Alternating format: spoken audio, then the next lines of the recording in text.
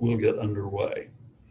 Uh, the entry into the Philippines and the massive naval battle really finally hitting the Japanese Navy. Here we go. And enough detail that you can really tell why things happened, not just the bare list of facts of what happened.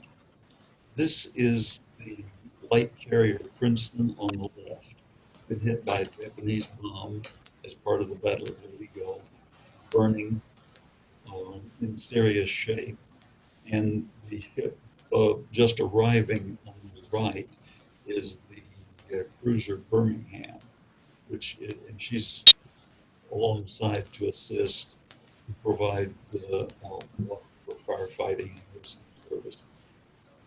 Um, a short time after this picture was taken, while Birmingham was alongside, there was a massive explosion of ordnance aboard the Princeton, and Birmingham had a lot of the crew and survivors from the Princeton on deck, and there was very heavy casualties. Almost half of the Birmingham crew wound up as casualties in that one explosion.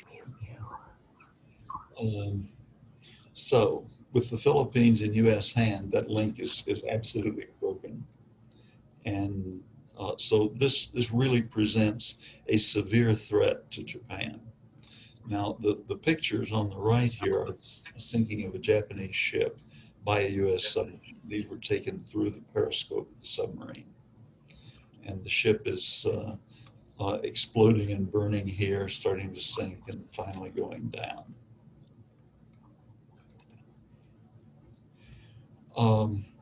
The Japanese Navy is seriously weaker than the U.S. Navy at this point in the war. And the Japanese has a set of plans for the show plans, uh, the show go plans. Show means victory and go means operation, and they're numbered. So show one, go, show two, go, show three, go, and show four, go, depending on where the Americans go next. Show one is the Philippines. That's where the Americans went. And after the Americans have appeared in the Philippines, so it's clear that they're going to the Philippines, there was a review at the Japanese Imperial General Headquarters of the Show One plan. That was on 18 October. The landings are actually scheduled for the 20th, but there have been preliminary landings on the 17th, the day before this. So the Japanese now know what's happening and where. And the Japanese Navy operations head presents the Show One plan. The Japanese Army, this is the general headquarters, both Army and Navy, and the Army questioned that the Navy could really succeed. And the operations head of the Japanese Navy made a short speech in which he described the Philippines and the Show One plan as being a fitting place for the Navy to die. And he pleaded with tears in his eyes that the Navy be given a chance to bloom as flowers of death. The Army didn't have any more questions at that point. And they supported the Show One plan. It was literally a do or die kind of operation, and die was likely. It was recognized, but that is it. Okay, this is the next section of our video, and this is describing the U.S. forces that are going to be involved in the Battle of Leyte Gulf. So, with the American capture of the Marianas and New Guinea, only the screen of islands from the Japanese homelands through the Ryukyus, Formosa, and the Philippines protected the flow of oil and other strategic supplies which were the lifeblood of the Japanese war effort.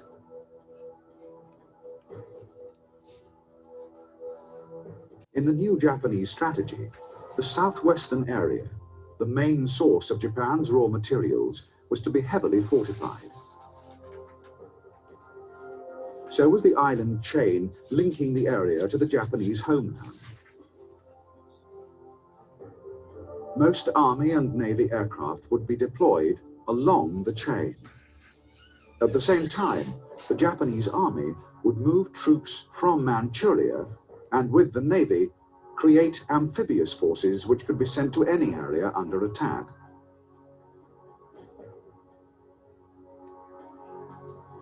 Most of the Japanese surface fleet was stationed in the southwest of Singapore. However, the aircraft carriers had to be based in Japan to reform their air groups.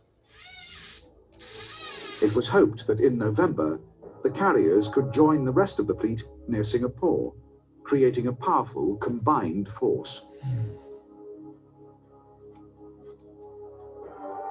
The Japanese defense relied on 4 operational plans called SHO. SHO 1 was for the defense of the Philippines, SHO 2 for Formosa, the Ryukyus, and southern Japan, SHO 3 for central Japan, and SHO 4 for the north. In fact, the Japanese were nearly certain that the American attack would be launched against the Philippines. But wherever the assault, it would trigger the convergence of all available Japanese forces, naval units, land-based air power, and amphibious infantry units. Under the onslaught, the American invasion force would be overwhelmed and completely annihilated. Admiral Chester Nimitz had been appointed Commander-in-Chief of the United States Pacific Fleet in December 1941, shortly after the Japanese attack on Pearl Harbor. More than anyone, it was Nimitz who had restored the morale and offensive spirit of the Pacific Fleet in the aftermath of the disaster. The Pacific Theater had traditionally been the special preserve of the United States Navy and the undisputed domain of the Commander-in-Chief of the Pacific Fleet. However, since the start of the war with Japan, the Army had also been heavily committed, mainly because of the need to defend Australia and New Zealand. The seal was set on increased Army influence when General Douglas MacArthur, regarded as a hero by the American press and public, set up his headquarters in Australia. The result was an extraordinary arrangement in which MacArthur was given command of the Southwest Pacific region and Nimitz the Central Pacific.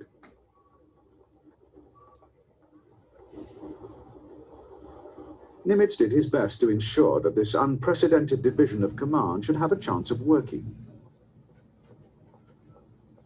However, no amount of tact on the part of the Pacific Fleet Chief could change the dangerous reality. In the Philippines operation, there would be no overall American commander.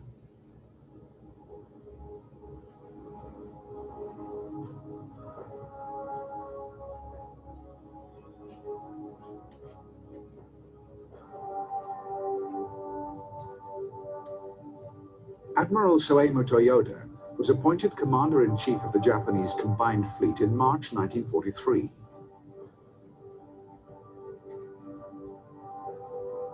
A widely experienced and able leader, Toyoda had been one of the many naval officers who had opposed the war right from the start.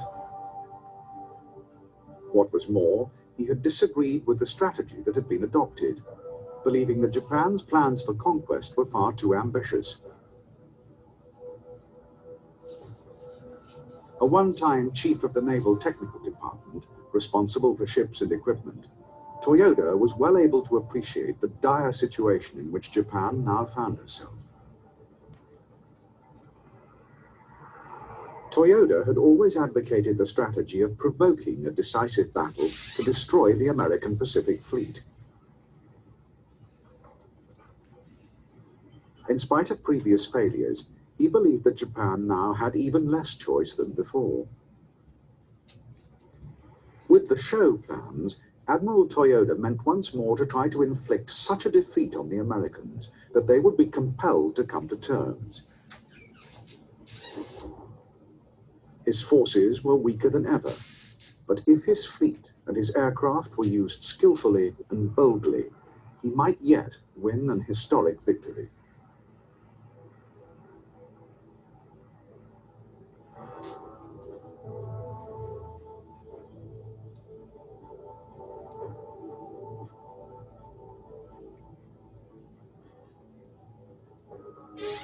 The Philippines invasion would involve almost the whole of the United States Pacific Fleet, and in preparation, the force was temporarily reorganized.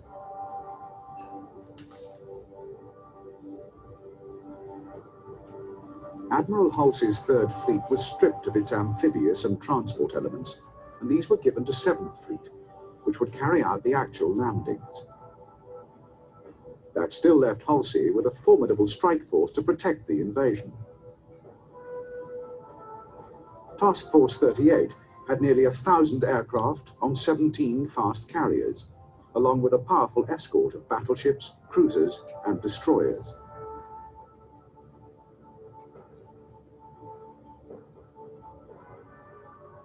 As an attack force which could undertake operations thousands of miles from any major base, Task Force 38 was unique. The Pacific Fleet's supply system was now so good that the task force could stay at sea almost indefinitely. The At-Sea Logistics Group, an armada of 34 oilers, storeships, refrigerator ships, and ammunition ships, replenished the carrier groups at a series of pre-arranged rendezvous. Replacement aircraft and crew were delivered by 3 escort carriers, while 8 others provided anti-submarine and combat air patrols for the supply ships. The logistics group also had its own protective screen of 19 destroyers and 26 destroyer escorts.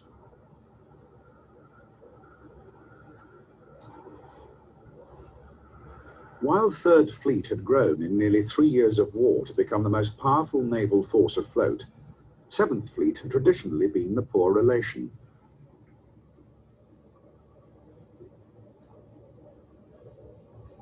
Created in March 1943 to support MacArthur's campaigns in the Southwest Pacific, for most of its life it had been a modest force of submarines, troop transports, and escorts under Admiral Thomas Kinkaid.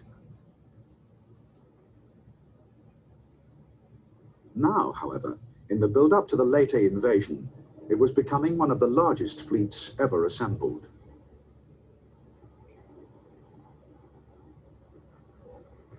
Of the 700 vessels now assigned to Seventh Fleet, almost a quarter were warships.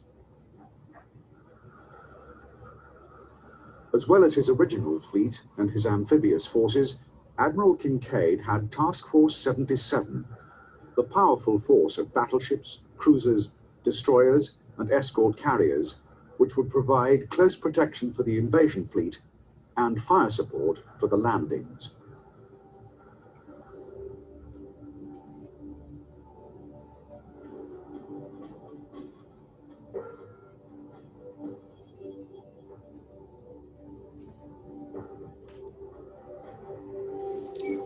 The Essex Fleet carriers, the first of which was launched in July 1942, were at 27,000 tons the biggest American carriers yet.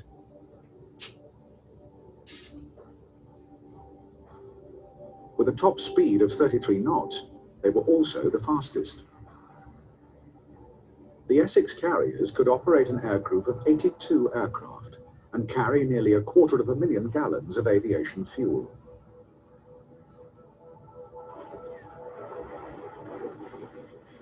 A massive array of anti-aircraft guns gave the Essex carriers the ability to put up a powerful defense against enemy air attack. The carriers had 12 5-inch radar-controlled guns, 40 40mm guns, and 60 30mm weapons. Although the flight deck was not protected by armor, the hangar below was, and it would detonate a bomb before it reached the ship's core.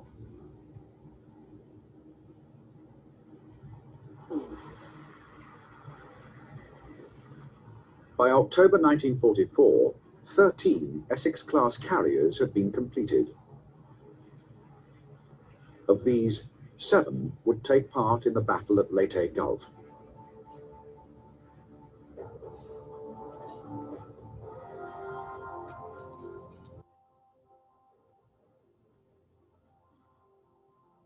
The first of the Colorado-class battleships had been launched as far back as 1920.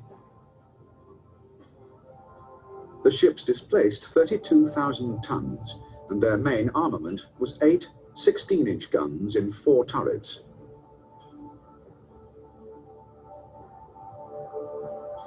The Colorados were protected by up to 18 inches of turret armor and 13.5 inches of belt armor. Deck armor was 3.5 inches. The guns of the Colorado battleships were capable of throwing a 2,100-pound armor-piercing shell, which could penetrate almost 19 inches of armor at nearly 7 miles. When the Japanese attacked Pearl Harbor in December 1941, 2 of the 3 Colorado-class battleships were hit. Maryland was damaged, and West Virginia was sunk. However, both ships were successfully repaired and modernized. Too slow to accompany Third Fleet's fast carriers, Maryland and West Virginia, along with 4 other veteran battleships, were intended for shore bombardment duties at Leyte Gulf. What no one expected was that the old battleships would end up fighting a classic fleet action.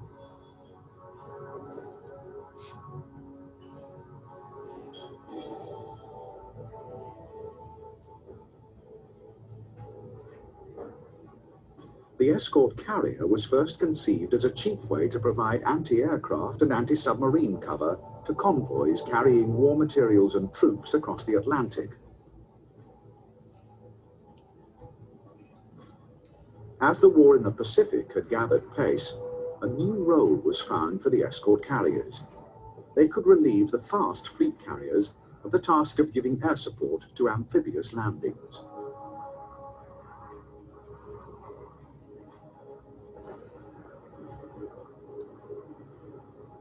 By the end of the war, more than 100 escort carriers would be built, almost half of them of the Casablanca class. Displacing 7,800 tons, the Casablanca carriers had a top speed of just over 19 knots and could carry 28 aircraft. Unlike the fleet carriers, they had no armor, double hulls, or anti-torpedo blisters. As a result, because their official designation was CVE, their crews called them combustible, vulnerable, and expendable. 18 escort carriers would take part in the Leyte landings. Of these, 14 would be Casablanca-class vessels.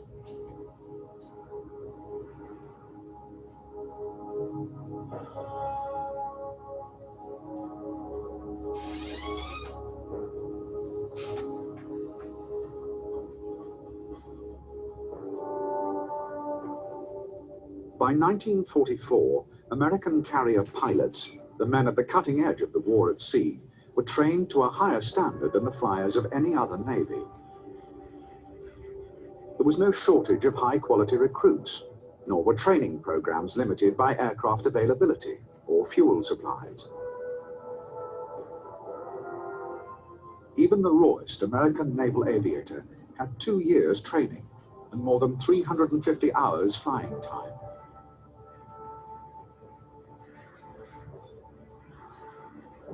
His instructors were also of the highest quality.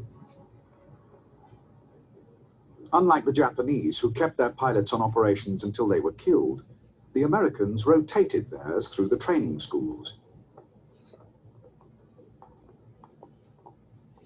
The experience of veterans was continually passed on to new flyers, leading to a degree of tactical sophistication that the Japanese could no longer match.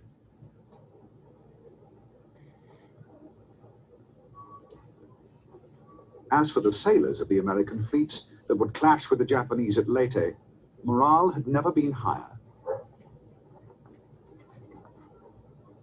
It was plain that the Pacific War had turned in America's favor, and although reverses could be expected, few doubted that the Imperial Navy would be defeated.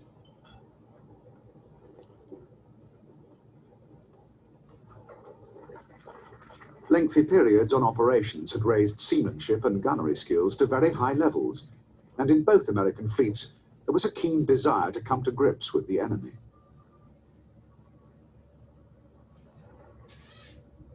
At Leyte, the sharp spirit of aggressiveness which now permeated the United States Pacific Navy would change the course of the whole battle. That's the video.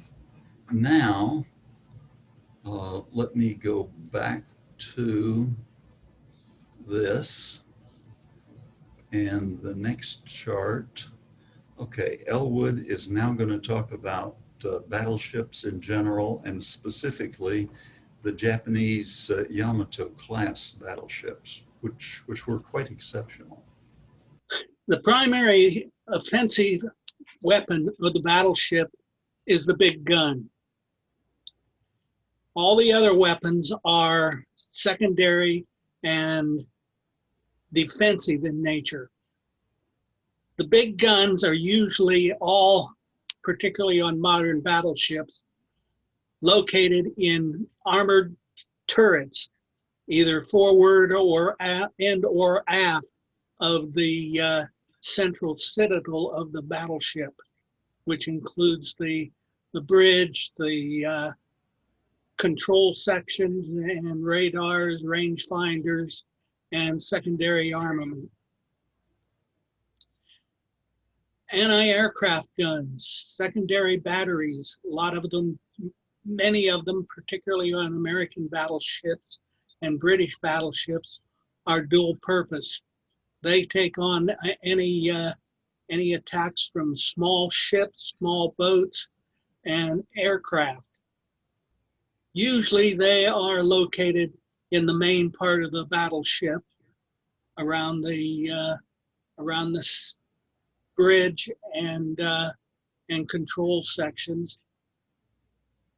And as you see here, any vacant space, and particularly in World War II, as weapons became available, the space was usually occupied by any available weapons that they could fit to the ship when it was in maintenance or repair after battle damage. This is a picture of the Yamato class battleship.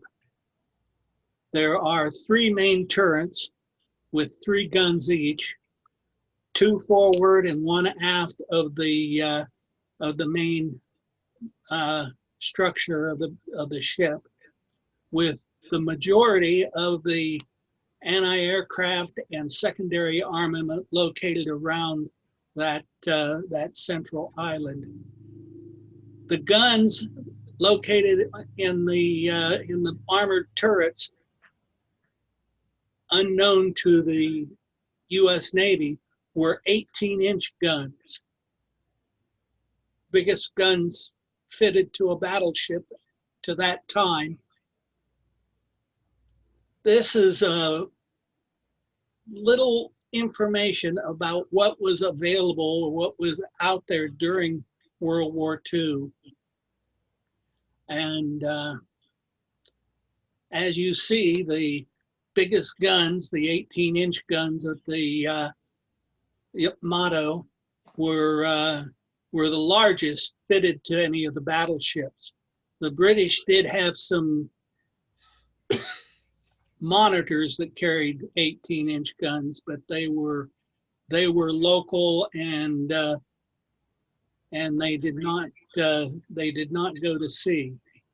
The Iowa class battleship came out in the mid-war and was a fair combatant for the Japanese ship. However, you'll notice that our guns, the 16-inch guns, are the same as the Dakota-class battleships. The Dakota-class battleships were planned and started building well before World War II. When the Two Ocean Navy Act was passed, that's when they started planning for the Iowa class, which included 4 battleships. The Dakota class and the equivalent classes, the Washington, South Dakota, it's not South Dakota, South Carolina, North Carolina, Massachusetts, and such, came out just at the start of World War II. These were the ships that the Japanese planned against the Yamato class. And you'll see that the guns on the Dakota class are basically the same as what you get in the Iowa class. But the Iowa class has a lot of improvements over the Dakota class. One of those is the speed. The shell fire, you'll notice that the shell used for the Iowa class and the Dakota class is the same 2,700 pounds. The Japanese shell is over 3,200 pounds, giving it quite a bit of punch power at distance. The weight of the broadside is over 4,000 pounds heavier for the Japanese than it is for the U.S. Iowa or South Dakota class. The muzzle velocity is slightly higher for the Japanese Yamato class battleship, giving it a longer range, which is what the Japanese wanted. If you look at the range, 45,960 yards for the Japanese Yamato class battleship. That's nearly 3-4 miles further than the Dakota class battleship, which they planned to be their major combatant during the war. The Iowa class battleship, with 42,345 yards, is still well over 2 or 3 miles shorter in range than the Japanese ship. Give you a little hint as to what was happening in the Atlantic when the Hood and Prince of Wales engaged the Bismarck. The Bismarck started firing at 15 miles. And at that range, the shells plunged through the deck armor to explode in one of the magazines of the Hood, which blew the ship apart. Okay. As you see, most of the ships carry about 9 guns. The weight in tons of the Yamato is well over 20,000 tons of armor and weapons, heavier than even the U.S. Iowa class. And the Iowa class is well over 2,000 tons heavier than the Dakota class battleships. That extra 20,000 tons is put into armor plate to counteract bombs falling through the deck and torpedoes fired at the ship.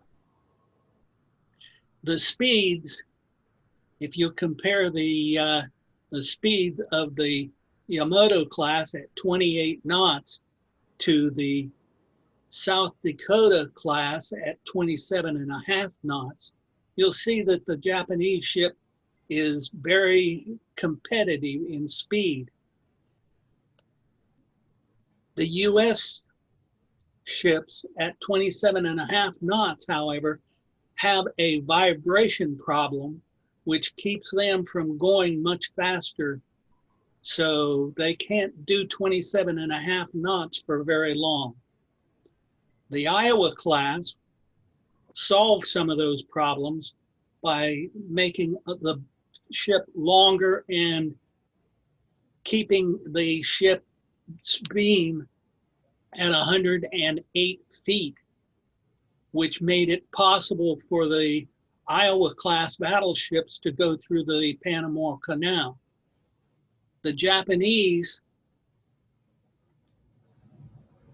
had a beam on their ship that was too wide, and they saw no reason for them to ever go through the Panama Canal. So they were all right with a wider beam, which gave a much more stable gun platform. And you can see in the next line that the Iowa class battleship is 40 feet longer than the Japanese Yamato class. And the Yamato class is well over 60, almost 60 feet longer than the Dakota class battleship. The Yamato class battleships were designed, they started in 1937, whereas the Dakota class started their design well before 1939 and started launching their ships in 1939. The Iowa class began their design efforts in 1939, which made them a little more modern than the Dakota class. Here we have the Emperor of Japan visiting the Musashi in June of 1943. The Musashi is the second of the Yamato class battleships, and he's sitting right down in the middle. And as you see behind him, you have a very impressive array of secondary armament, and mainly anti-aircraft capability.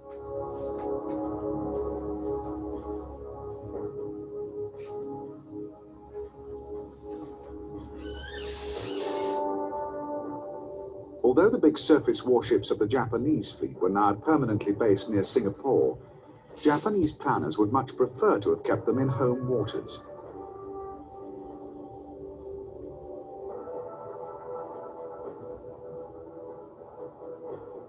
Near Japan, they would have been close to the carriers, which had to be home to wait for their new planes and aircrew. The problem was that Japan was suffering from a desperate fuel shortage, and so the big ships had to be kept close to the East Indies oil fields.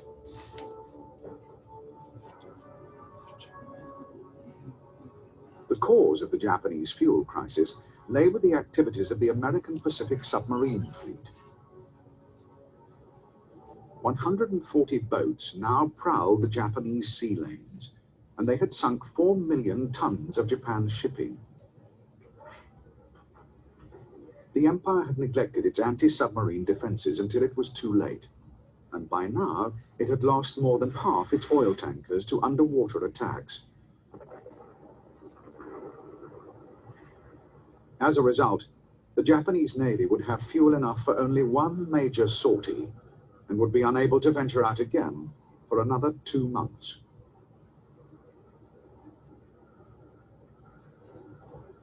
For the Japanese, the worst possible scenario would be if the Americans attacked before the Imperial carrier force could unite with the rest of the fleet off Singapore.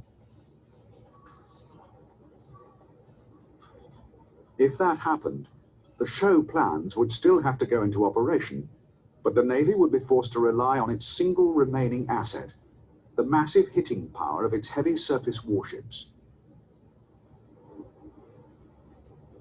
Japan could still field the big guns of 9 battleships and more than a dozen heavy cruisers. The ships had been fitted with the most up-to-date radar, and if they could get in amongst an invasion force, preferably at night, they could cause unimaginable carnage and destruction.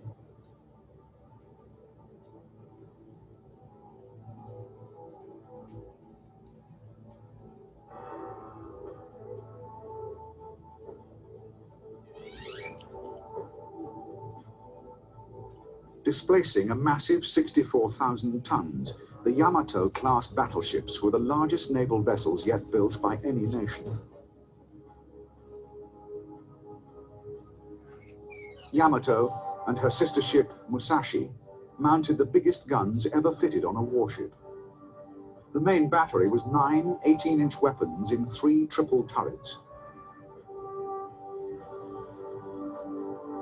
Each turret weighed 2,500 tons, and the guns could fire an armor-piercing shell weighing nearly 1.5 tons over 26 miles.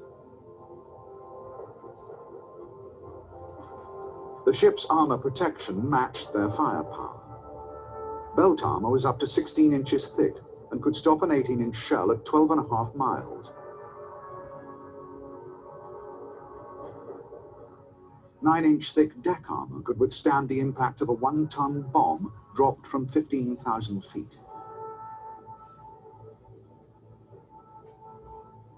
Yamato's anti-aircraft guns were also heavily armored, but this was as much to protect their crews from the blast of her own 18 inches than from anything the enemy might do. At Leyte Gulf, the gigantic Yamato and Musashi would sail at the heart of the Japanese battle line.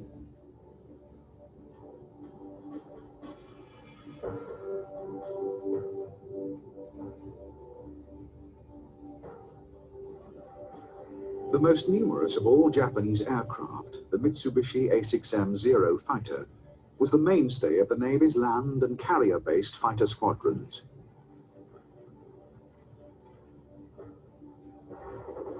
The Zero was a fast and highly maneuverable aircraft, which in the first year of the war had no equal. However, its performance had been achieved by keeping weight to a minimum, and that meant no armor plate, self-sealing fuel tanks, or armored windscreen. By 1943, the Zero had been outclassed by the new generation of American fighters in speed, firepower, and protection.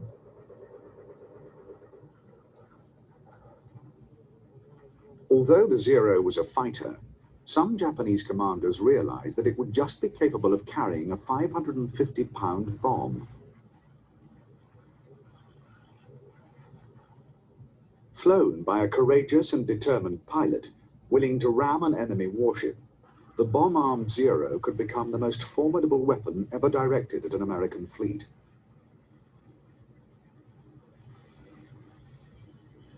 Although by the war's end, many different aircraft types would be used in kamikaze missions, the fast and maneuverable Zero would prove exceptionally well suited to penetrating the defenses of even the most powerful carrier task force.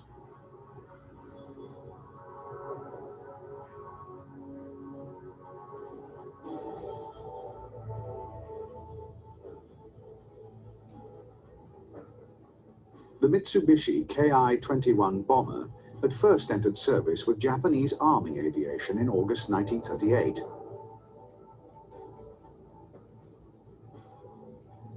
The aircraft had spearheaded the bombing offensive in China and Southeast Asia, and at the time was as good as any twin-engine bomber in the world.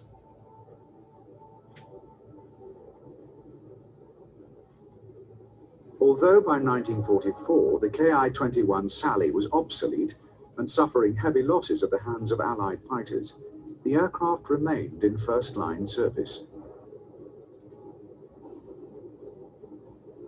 In the Philippines, as part of a mixed force of Army aviation bombers, Sallies would operate alongside Navy aircraft as part of the Show 1 plan.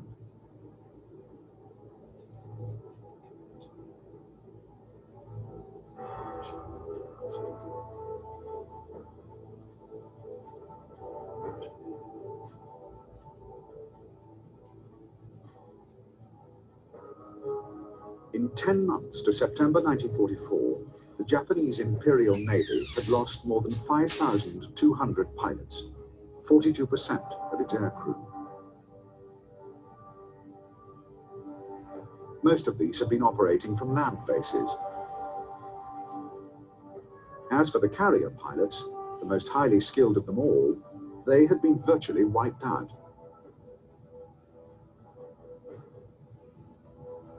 The Japanese Army had also suffered catastrophic losses of aircrew, and at a time when aircraft production was up and substantial numbers were reaching the squadrons, there was a critical shortage of flyers.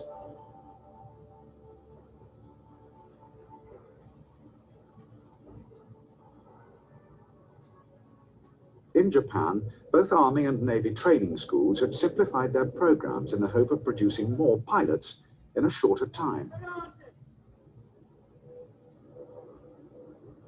However, the consequence was a significant drop in proficiency. Chronic fuel shortages added to the problem. Flying time was drastically curtailed, and new pilots had virtually no combat training. The pilot problem was much worse for the carrier air groups. Normally, 400 hours in the air was needed before a trainee could even hope to master carrier operations. And pilots now came out of the schools with only 200.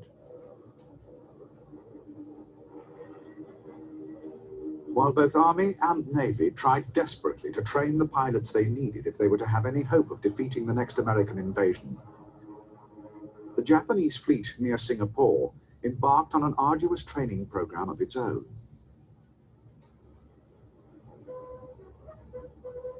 Particular attention was paid to anti-aircraft gunnery and night fighting tactics.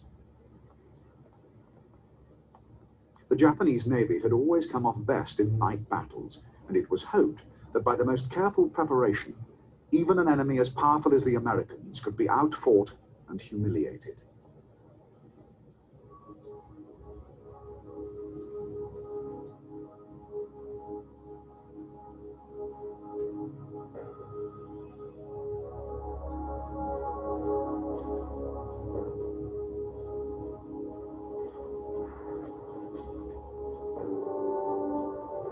On September the 15th, 1944, General MacArthur's forces landed unopposed on Morotai in the Moluccas, one of the islands that was to be used as a staging post in advance of the Philippines operation.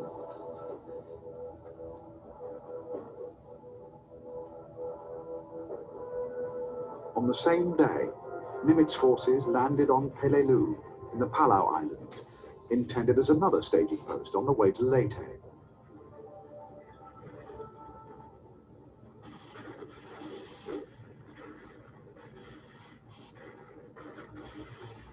The landing forces, the 1st Marine and 81st Infantry Divisions, had been led to expect little opposition on the Palau Islands. Instead, they faced 30,000 Japanese troops with a carefully planned defensive strategy.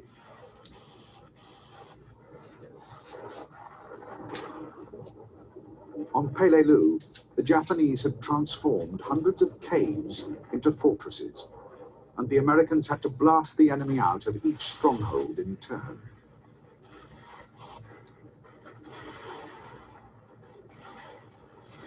In the end, the conquest of the Palaus would take more than 2 months, and the islands would play no significant part in the Leyte operation.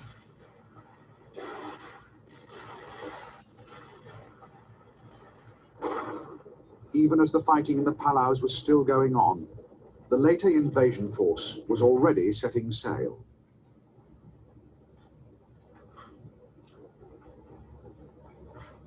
On October the 14th, the last of the troop transports and warships of 7th Fleet left their anchorages in New Guinea, bound for Leyte Gulf, more than 1,200 miles away. The landings were to take place in 6 days' time.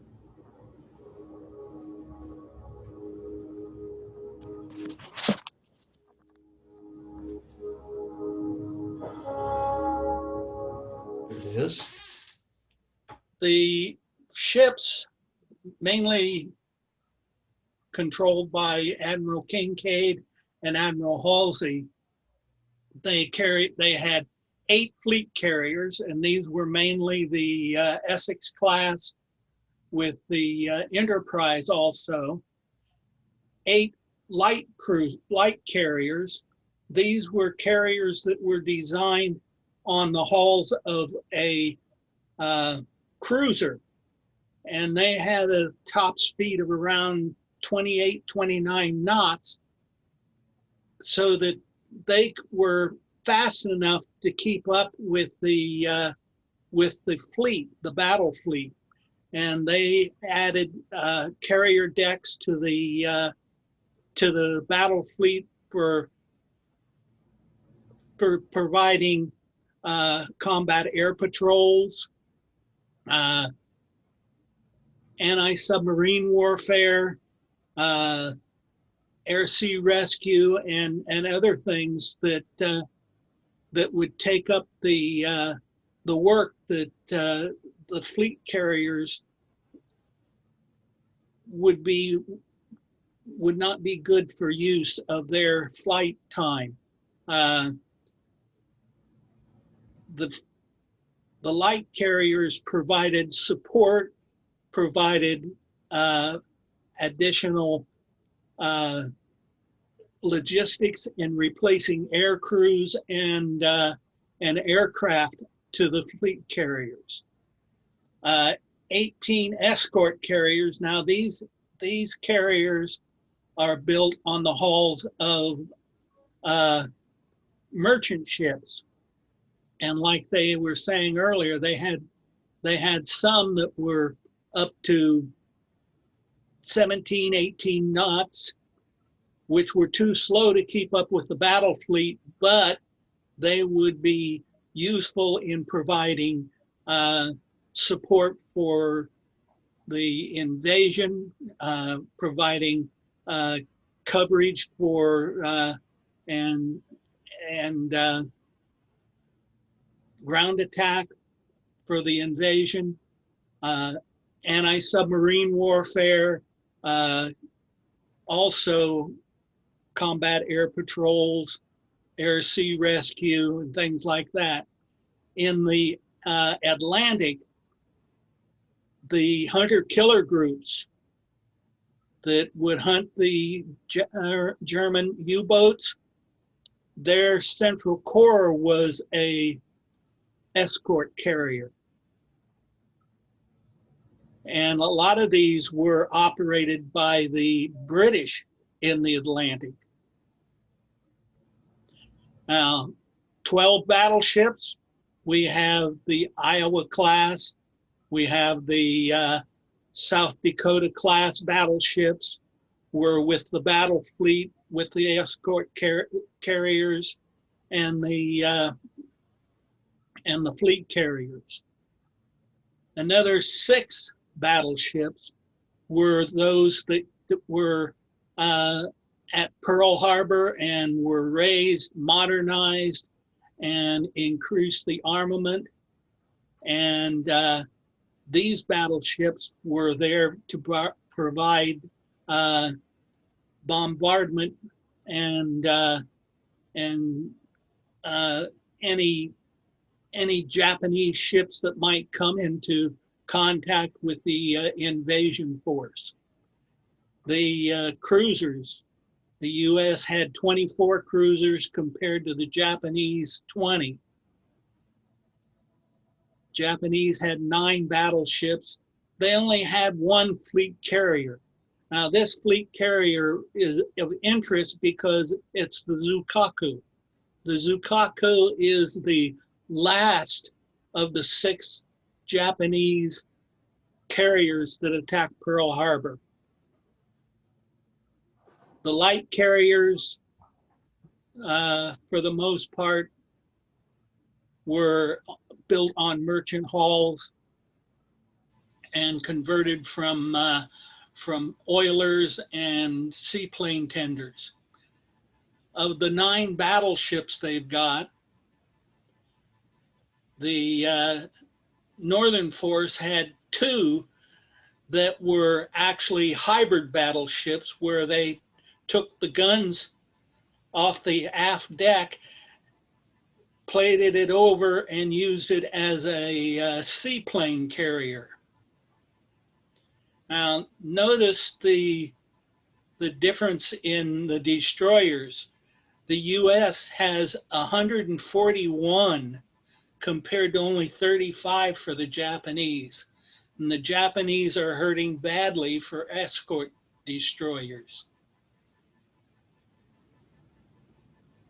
Yeah, the Japanese. We had 195 warships available in the American fleet compared to 68 in the Japanese fleet. Now, this I added up, it's 211 ships. The 195 is short. Well, that might be. Added be. up is about 211. You get different numbers depending on your source of information. Well, and just exactly what you're counting. Here, this is supposed to be at least Halsey's 3rd Fleet plus the warships that were actually available for defense in Kincaid's 7th Fleet. The 7th Fleet had a lot of other ships. Yeah, the ships that were counted on this, I don't know as they included a couple of cruisers that were damaged and the destroyers that were sent back with them to get repairs. I don't know if they included some of the ships that were reprovisioning and were not available for the battle. 8 fleet carriers, I'm sure they had more than that in the area. Let's see, the Japanese, I know that they had at least two cruisers that were sunk and 1 that was badly damaged, which required a Japanese escort of destroyers for the ships to return to Singapore, where it spent the rest of the war. So the exact numbers, there may have been 211. You can get some variations. I've seen in the Japanese totals here, I've seen 65 and 63 both. I added up the specific ships in these groups to get the 68, but ships were getting sunk and disabled at various times too. So exactly what you count, what your rules for counting can make some difference here. But we're ready to go on, right? The thing is, the Japanese did not have the supply train, the logistics support behind the warships that the U.S. had. The U.S. had dedicated oilers and ammunition ships that had their own destroyer escorts. And they had a supply chain that really kept the combat ships in service. The only times they had to return for provisioning when they needed major provisioning, and the destroyers were kept busy because they were refueled at sea and rearmed at sea. The escort carriers and light carriers provided air crews to the fleet carriers.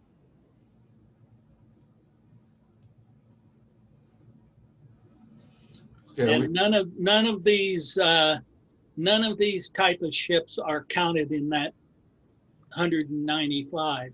no, these are all combat ships, warships. These are all combat ships, and most of them are not the invasion force that MacArthur took ashore on Lady. No, none of these are the invasion force. They were support ships in many cases, but they're not part of the invasion force. This doesn't include the gunboats that were used in the to bombard the invasion beaches. This is basically destroyer escorts and above. They had I think it was 39 PT boats. Yep. And these were arrayed in the passage that the Japanese were using to come up from the south to try to get into Leyte Gulf, and they kept the fleet admiral informed of where the Japanese were and where they were going. All these PT boats, most were equipped with radar at this time, and the radar had improved. This was at least the third or fourth generation of radar on these boats. All right. See you in 2 weeks.